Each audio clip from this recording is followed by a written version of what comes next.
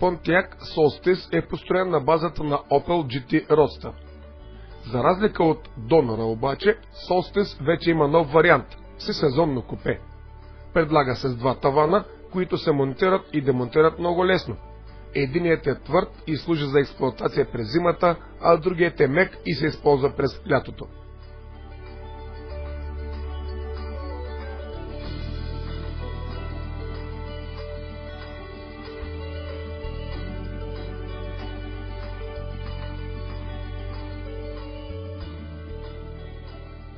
Габаритните размери на Pontiac Solstice купе са следните.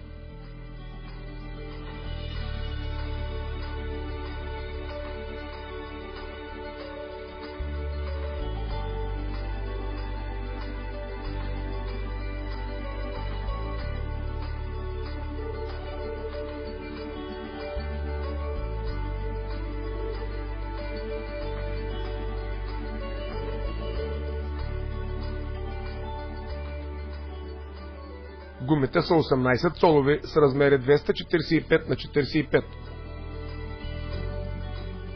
Pontiac Solstice купе има тръбна стоманена рама и двураменно независимо окачване отпред и отзад.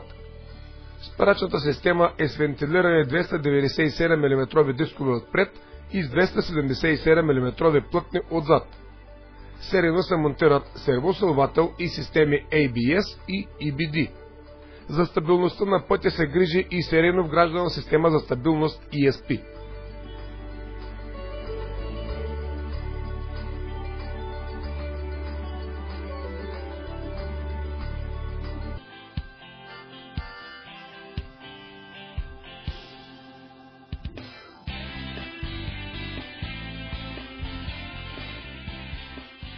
Моделът, който беше представен първи по време на изложението в Ню Йорк, се задвижва от 4-цилиндров 2-литров бензинов турбомотор с директно впръскване на горивото. Скоростната кутия е 5-степенна механична или автоматична.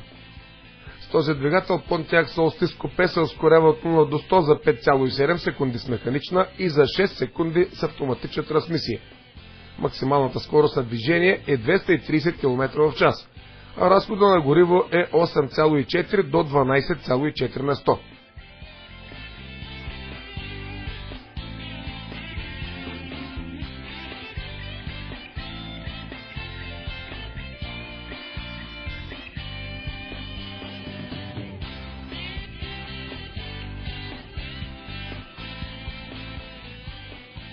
Обикновеният Pontiac Solstice купе, който трябва да се появи на пазара още в края на тази година, се задвижва от 2,4 литров Ecotec.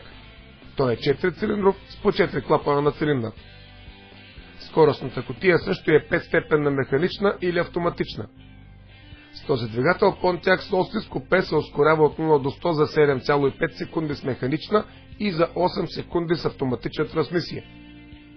Максималната скорост на движение е 200 км в час, а разхода на гориво от 9,4 до 12,4 на 100.